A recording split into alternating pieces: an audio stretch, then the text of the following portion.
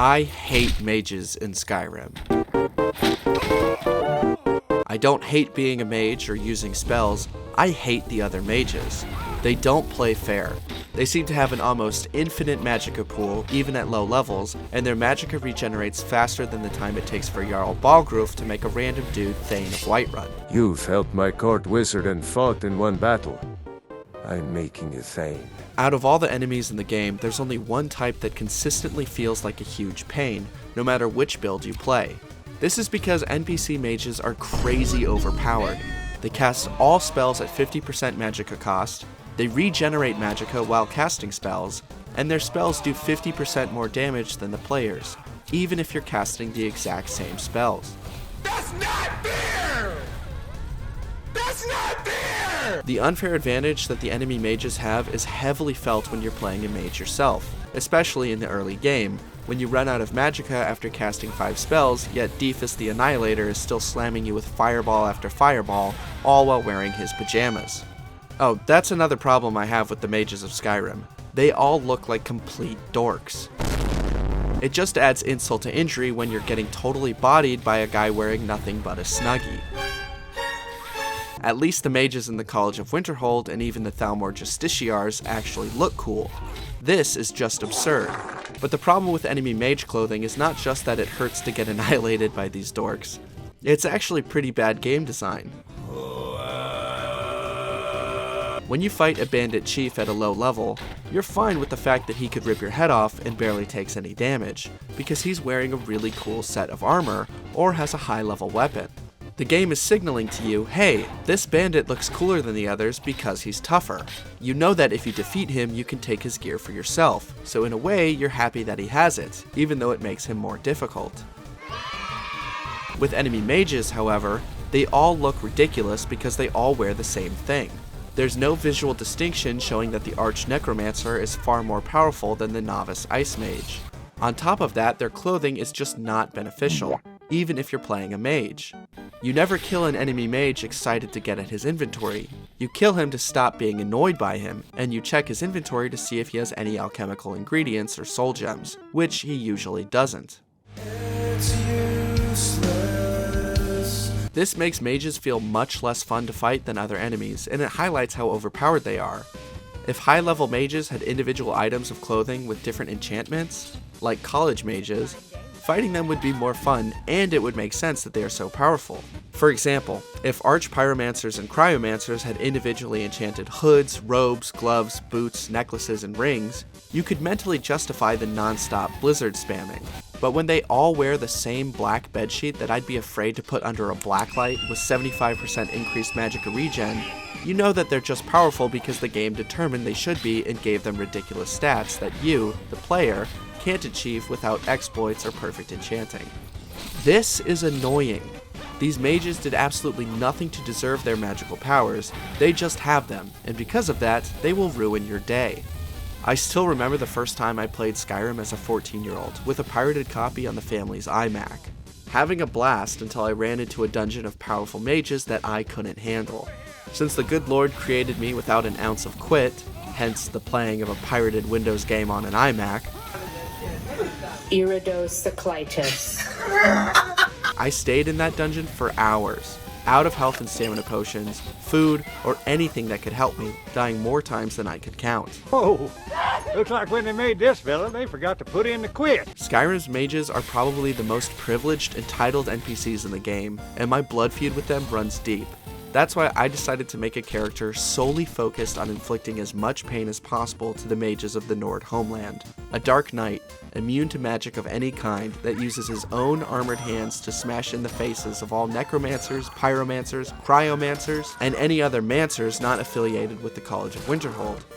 Because those guys at least dress cool, and half of them are essential. Now, this will be a sword and shield build against any enemy that's not a mage. Death is highly overrated!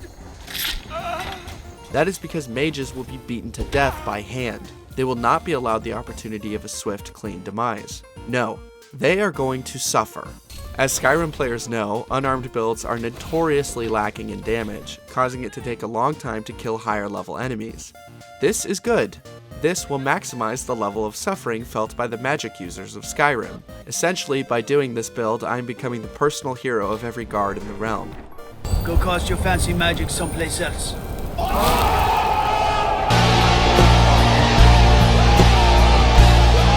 Another thing I want to mention is that I will not be using major exploits in this build.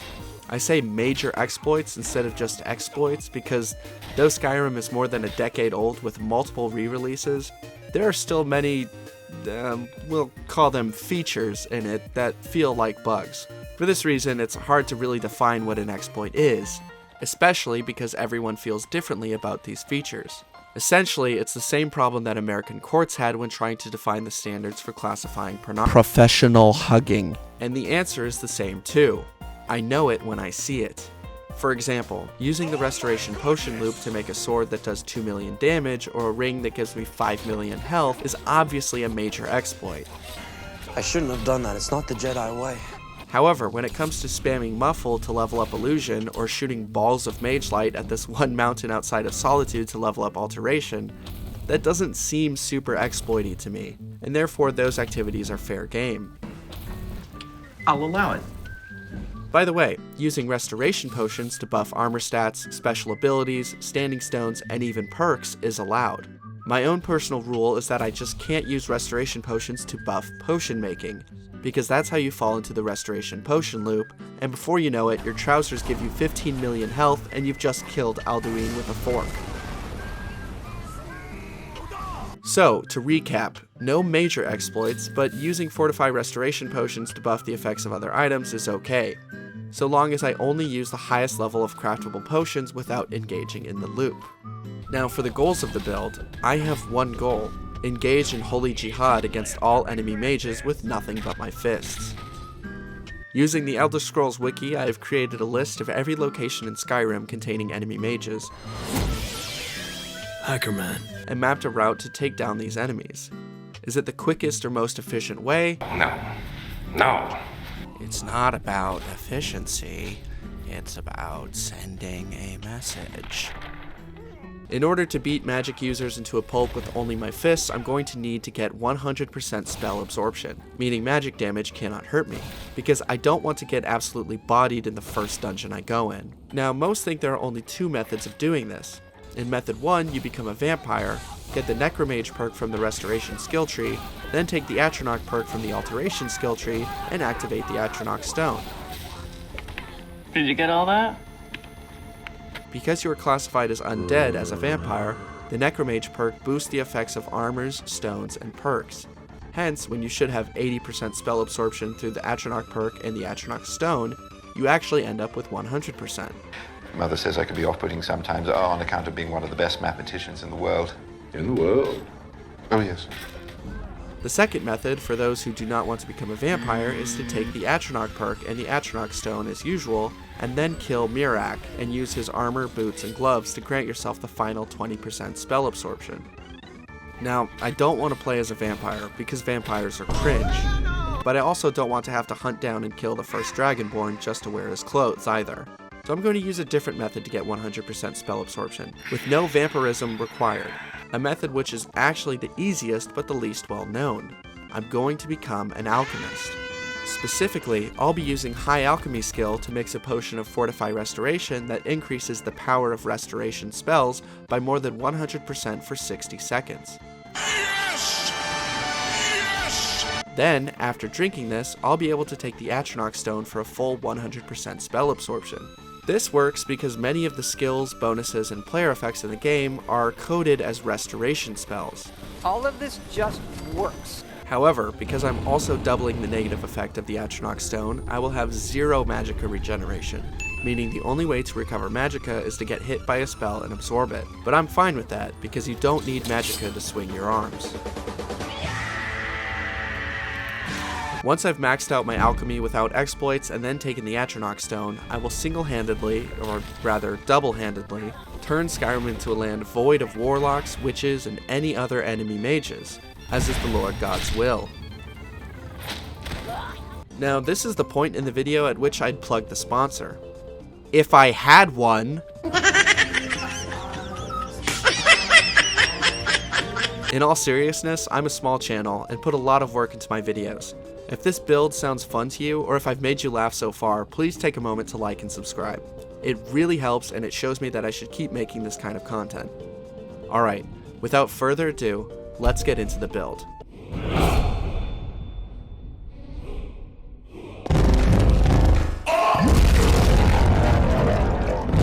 First things first, I make a new character and take a little pony ride through Helgen. I'm going to play as a Nord for the racial benefits of being able to build high-trust, low-crime societies.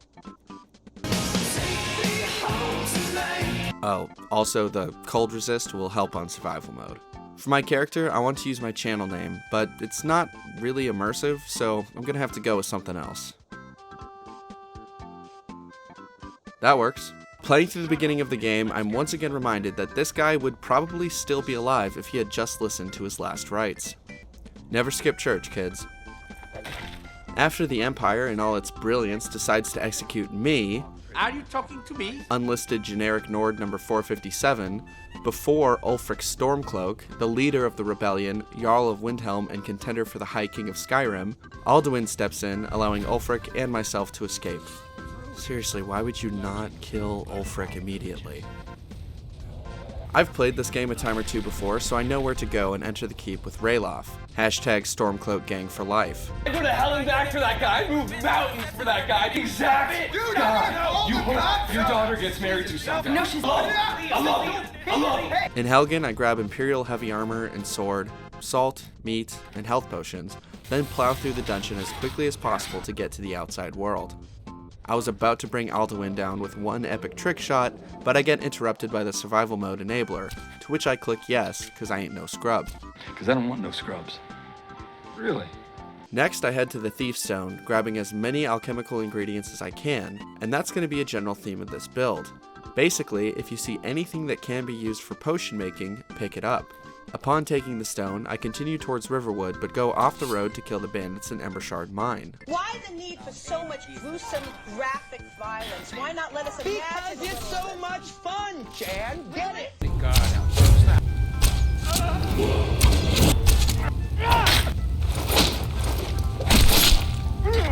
After Embershard, it's on to Riverwood to sell loot, buy a backpack, and sleep through the night to level up and take the first swordsman perk.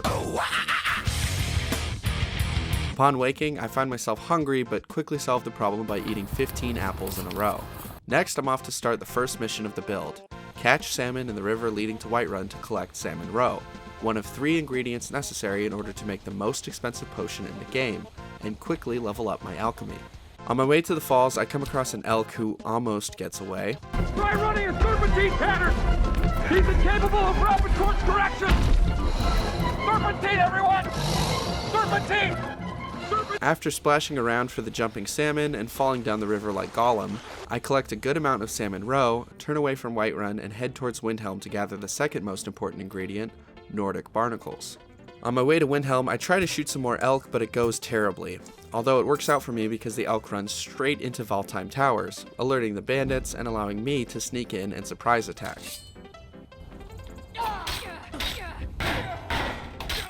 I use Battle Cry to solo the bandit chief and take his armor, then kill the bandits that ran away. Heading to the top of the first tower, I knock this guy to his death. It's nothing. Long live the king. Then I get into a 1v1 sniping match with the other bandit. First try. And collect the 2 garlic that are found here, the third ingredient that we need to make the most expensive potion. Then I cook up some food and continue on to Windhelm. On the way to the Windy City, I run into a damn dirty Greyskin, planning on joining the Imperial Legion. I hate them. Then I run into the Legion itself, which is good because I need some more things to sell when I get into Windhelm.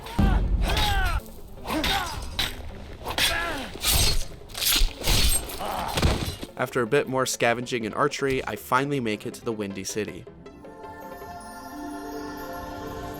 Windhelm has got to be one of my favorite cities in Skyrim. I just love the aesthetic of the bridge, the river, and the walls. It's beautiful. I also love being able to tell those Greyskins what I think of them. Hey, maybe the reason these Greyskins don't help in the war is because they're Imperial spies. Imperial spies? You can't be serious. Do you hate the Dark Elves? Are you here to bully us and tell us to leave? I've been trying to control myself, trying to be professional about this, but at a certain point, I'm just really getting pissed. Excuse me. Once inside the city, I need to sell off the Imperial's items and buy a woodcutter's axe so I can make camping supplies. What? Where is it? Okay, nobody seems to have an axe, so I'm gonna have to consult with the gods on what to do. Alright, it actually looks like I need to steal one from Calixto, but while I'm here, I might as well take some alchemical ingredients, because he's not gonna use them. It's a shame though, because he probably gets a lot of use out of this axe. He's been compared to Elvis Costello, but I think Huey has a far more bitter, cynical sense of humor. Now that I have the axe, I can chop some firewood, skin the animals I've hunted, and make 2 sets of camping supplies. Next, I head to Candlehearth Hall, rent a room, and level up 3 times, choosing the 2nd rank of Swordsman, the 1st rank of Alchemist, and the 1st rank of Heavy Armor. Now it's time to hire Stenvar and give him a backpack to help carry Nordic Barnacles. What is my purpose? You carry things. Oh my god. Before we leave Windhelm, I steal this garlic, steal some ingots, and upgrade my armor and weapons. Then I head into the White Phial and buy some ingredients. I got lucky because Norelian actually had garlic and Nordic Barnacles. Finally, it's time to set out by heading to the Windhelm docks and starting our quest for Nordic Barnacles. I'm going to travel all along the northern coast of the map, gathering as many barnacles as possible until we run into Solitude, far on the western side of Skyrim. It's a long way. The key to finding the barnacles is to just walk along the coast, circumnavigating the ponds, pools, gullies, and streams you find along the way, trying not to disturb the local wildlife too much. Remember, we want to take nothing but memories and leave nothing but footprints. Hopefully the weather is clear, but in all likelihood it will be snowing and cold, and you'll start freezing essentially immediately. Whenever you find a fire, be sure to take the opportunity to warm up. Just like in real life, the warmest part of the fire is standing directly on top of it. If you start to freeze to death but there aren't any fires in sight, use your camping supplies to build a campsite and you'll be able to warm up with your own fire. Look what I have created! I have made fire! I have made fire! Now, there are a few barnacles in this section of the map, but then essentially none in this area, and then a bunch in this area. Hotspots for barnacles include the wreck of the Pride Tel Voss, the ruins under the bridge to the College of Winterhold, and this random half-submerged rock outside of Dawnstar. There are also some barnacles at the shipwreck near Deacus's camp, as well as a bunch of gems, but they all belong to Deacus. Rats, what a shame! Speaking of which, did you know that Stenvar will straight up commit murder for you if you ask him? Those 500 gold pieces go a long way. Finally, there are 3 Nordic barnacles in this little fisherman's hut near Dawnstar, and you can also try to get some from Pilgrim's Deep if you're brave, but I didn't make it. Also, be sure to pick up all the spiky grass pods you see, because you can make good leveling potions by combining it with lavender and red mountain flower, a tip I conveniently forget later on in this very video.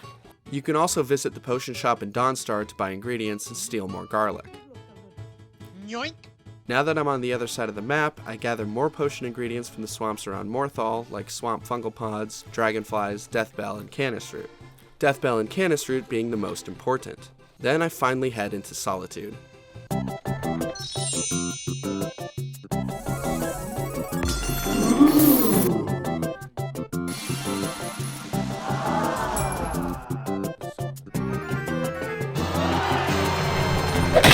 Okay, I spent a long time in Solitude, and the majority of that time was spent stealing from the citizens of the Empire's puppet city.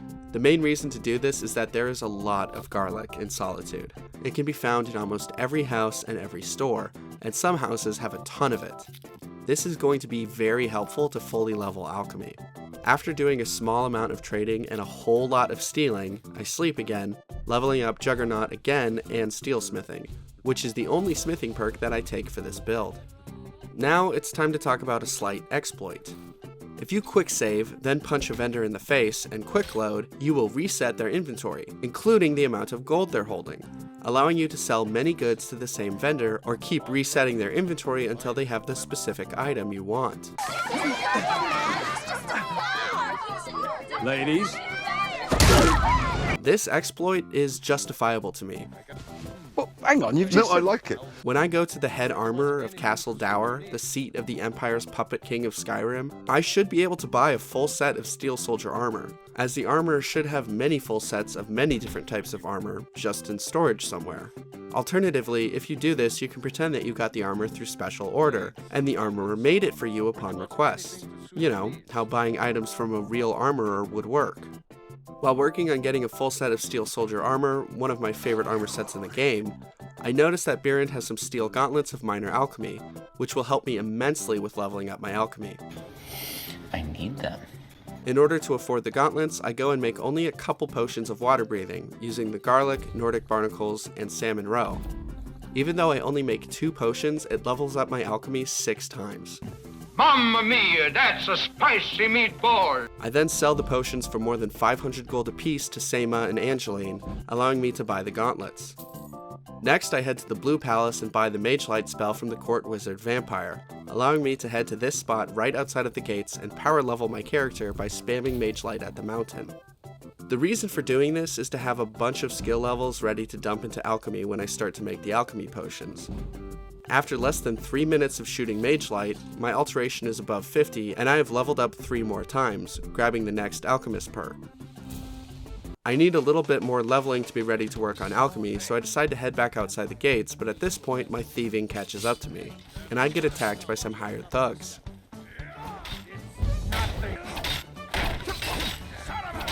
God, Stenvar is unstoppable.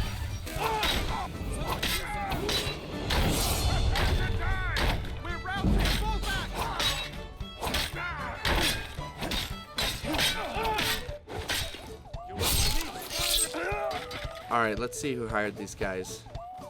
Deacus? Who? Oh! Deacus hired these guys before he died. He knew I would kill him. He knew I would take everything and kill him, so he hired some thugs. That's hilarious. After waddling back to the blacksmith with the hired thugs' armor, I sell everything, buy some steel soldier armor, and head into the shop to steal some more steel, so I can upgrade my armor and weapons. Next, I make 4 more potions of water breathing, bringing my alchemy to level 30, allowing me to grab the physician and the benefactor perks, which will make the potions even more expensive, making them level my alchemy even more. Another 6 potions brings me to level 40 alchemy, at which point I grab the next point in alchemist, and return to make the rest of the potions, bringing me to level 50 alchemy before I run out of Salmon Roe.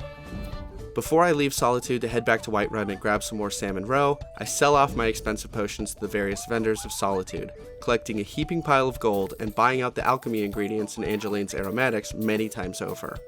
I also buy this cool crossbow and some bolts. That's a surprise tool that can help us later. Next, it's time to take a carriage ride to Whiterun to go diving for more salmon. The Jarl's Palace is something to see. I gotta say, going into this, I did not expect Salmon Roe, the easiest of the ingredients to collect, to be the limiting factor for making these ultra valuable potions. But I guess that makes sense since vendors will sell both Nordic Barnacles and Garlic, but they never have Salmon Roe for sale. After collecting the roe, I head to Arcadia's Cauldron to make potions until I get to level 60. Grab the next alchemist perk and sell the potions to buy the Tundra Homestead, which is a great player home and doesn't require any dragon slaying to unlock. Next, since my enchanting is quite low and I do not want to spend the time to level it, famous last words,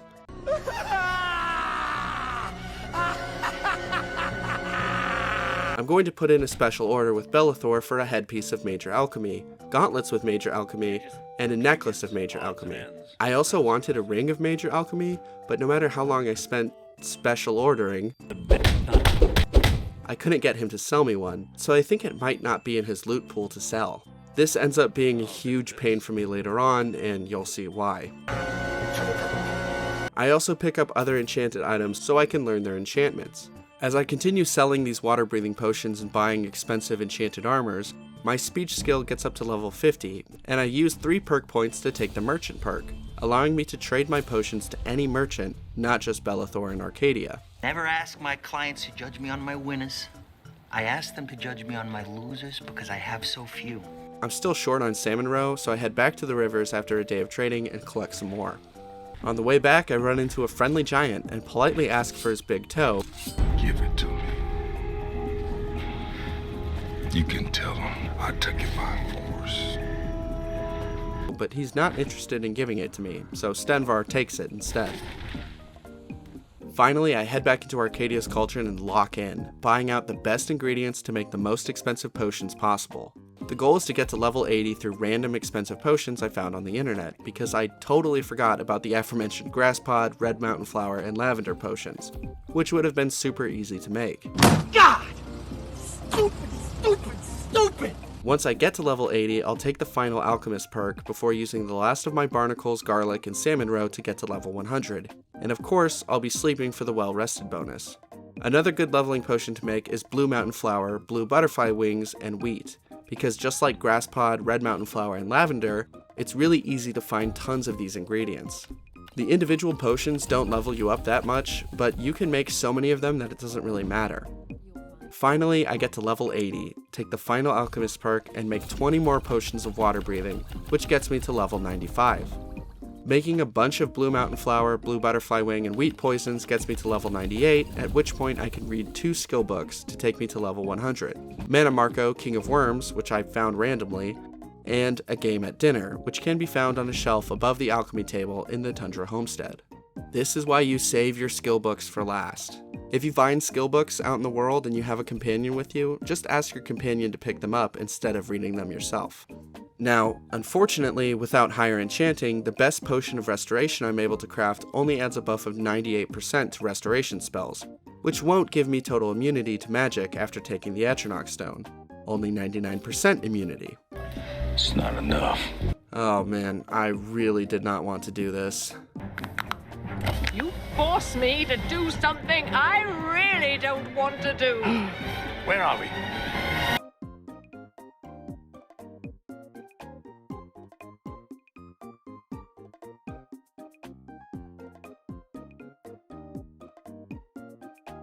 Have you ever wanted to have 100 enchanting? Yes. If yes, then you have come to the right place, because in this video I'm going to show you how to get to 100 in the easiest way possible. The first thing we need to do is to choose the Mage stone as our standing stone blessing.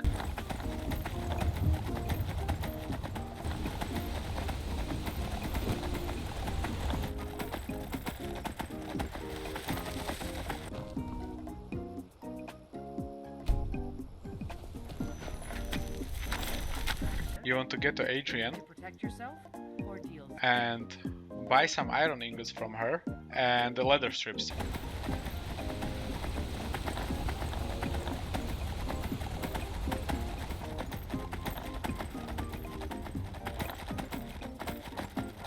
Performing the Dawn Call. Got some good, the finest weapons and armor.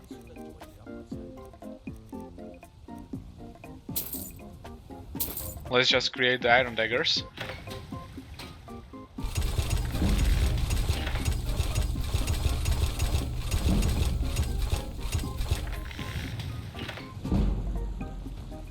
You need to rent a room in the Bannered Mare.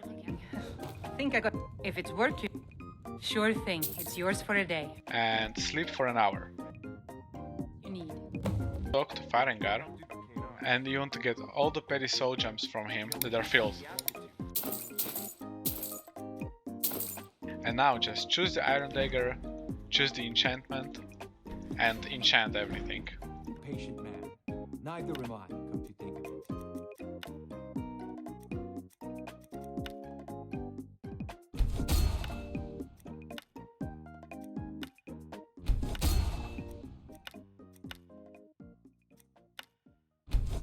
This way you will have to make around 250 enchantments.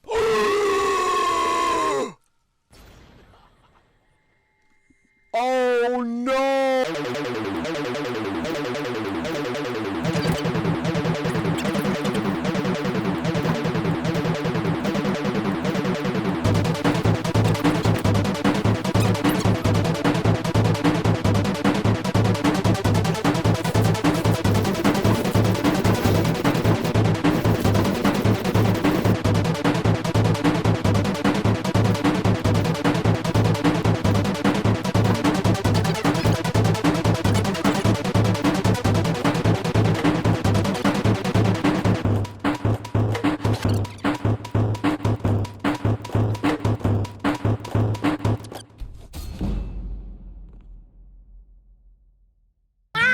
didn't take too long. I feel lightheaded. That took a bit longer than I wanted it to, but we now have 100 enchanting. Everybody say thank you to Marksy, Skyrim build guides. Alright, with perfect enchanting, I make a set of armor to enchant with Fortify Alchemy and Fortify Smithing. Then I empty my inventory and drink a potion of enchanting, giving me a 1-minute window to quickly enchant all the pieces of armor and jewelry with a small enchanting buff before the potion wears off.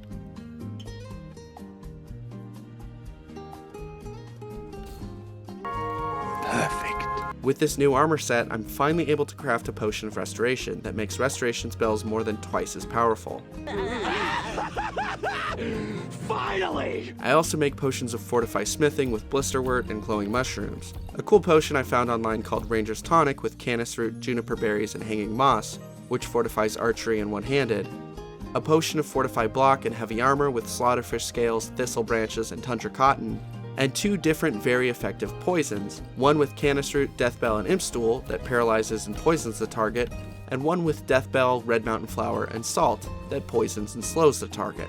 Finally, I make a bunch of Fortify Health Potions with Blue Mountain Flowers and Wheat, as well as a bunch of potions that just fortify archery, using Elf's Ear and Juniper Berries. Because Fortify Archery, for some reason, also fortifies unarmed, making your punches deal extra damage. It just works. Before enchanting my armor, I drink a potion of restoration and re-equip the gear I'm already wearing that boosts alchemy and smithing. This gives me a huge boost to my smithing, which I pair with my potion of Fortify Smithing to make my armor incredibly strong and my sword incredibly sharp. Remember, it's okay to do this because I'm not using the armor boost to create more potions, which would start the restoration potion loop and break the game. In other words, it's okay to do this because I feel like it is. Finally, I enchant my armor with boosts to stamina, health, one-handed, archery, unarmed damage, heavy armor, and carry weight. Then I drink 1 more restoration potion and equip my new armor to receive more than a double bonus from the original enchantments. Excellent. The last perk that you really need to get is the Armored Fist perk from the Heavy Armor tree. If you're not a high enough level to grab the perk yet, you can just head to the nearest giant and provoke him after drinking one of the aforementioned potions of Fortify Block and Heavy Armor.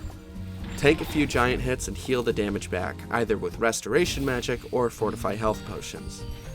Alright, I am now stocked on potions, my gear is enchanted, and my body is ready. It is now time to go get the final piece of armor needed to start smashing in the mouths of the mages of Skyrim, the Fists of Randagulf.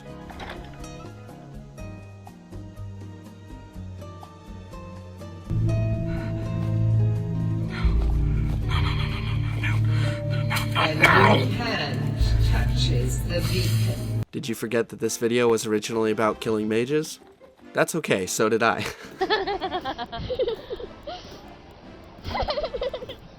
Now, an idiot would tell you to go straight to Kronvanger Cave, south of Windhelm, to find the fists, and then he'd probably be confused about why they weren't there after he took the time to clear out all the spiders. But I definitely did not do this, because I'm smart enough to know that you should first head to Windhelm and read Adonato Liatelli's journal, which can be found on a table on the upper floor of Candlehearth Hall.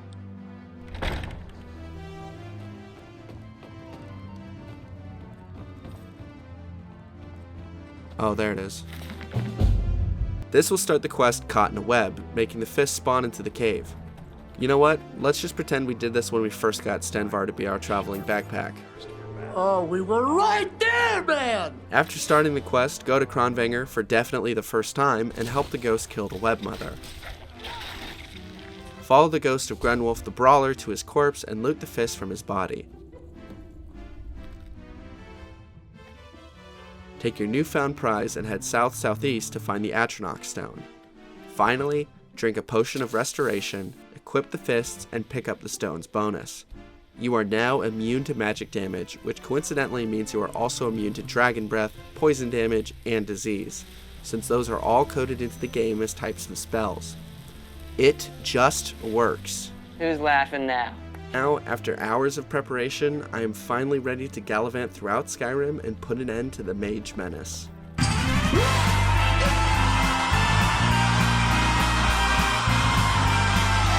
will eat your leftist ass like corn on the cob. I'm ready.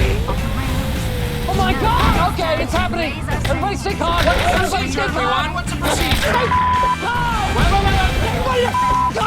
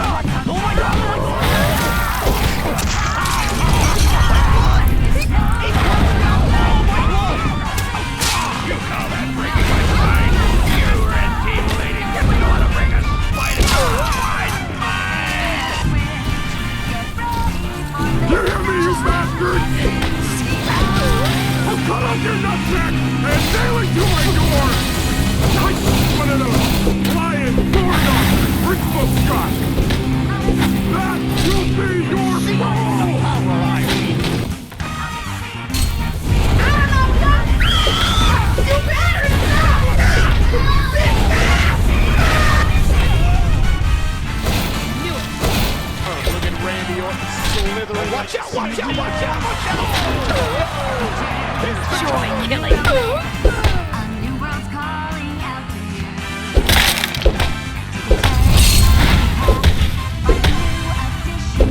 Captain!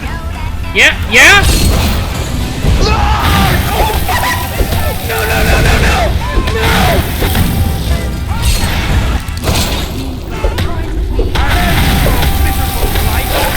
1, 2, 3, 4. How many nicks? You do need that edge guard, and I think you should take it seriously. Because look at the scoreboard right now. Yeah, I got numbers on. Yo, did he just walk up slowly and down smash? He did.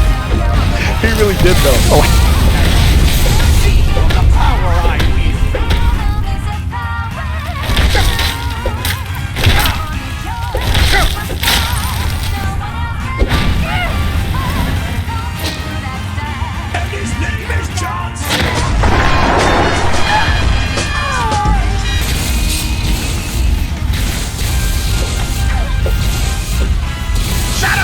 Come back here right now! Shadow! What the fuck?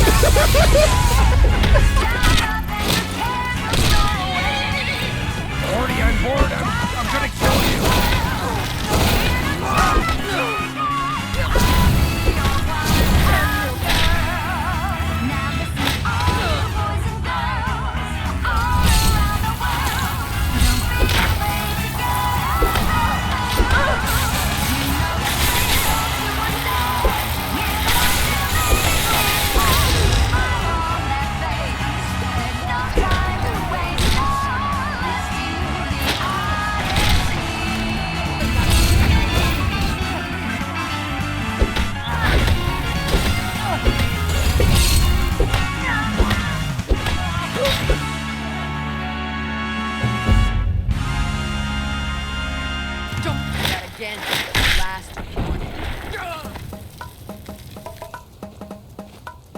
Wow, that was a lot of fun, actually.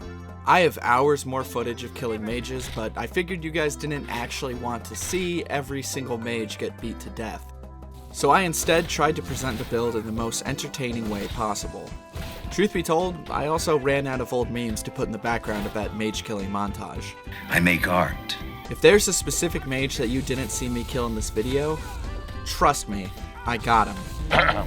It's in here. Like I said, I had a lot of fun making this video, and I have much more Skyrim content planned. I'm actually thinking about recording an entire playthrough and doing a retrospective series on the quests of Skyrim. Does it make sense to focus on Skyrim content right after Oblivion gets remastered? I have no idea, but the heart wants what it wants. If you liked the video, please do all the YouTube stuff that helps the channel. I really appreciate it. And let me know how I can get better as an entertainer. Right now, making these videos is a passion project of mine, but I would love to be doing this full time, so please, share any advice or criticism you have in the comments, or just tell me what you want to see next. Alright, thanks for watching. See you next time.